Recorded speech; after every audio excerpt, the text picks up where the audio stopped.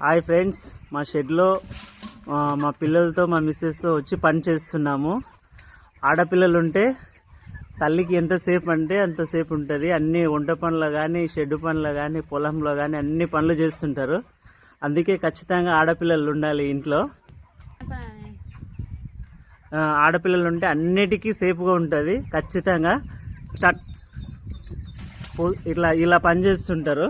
ఏదైనా కూడా ఈజీగా ఉంటుంది.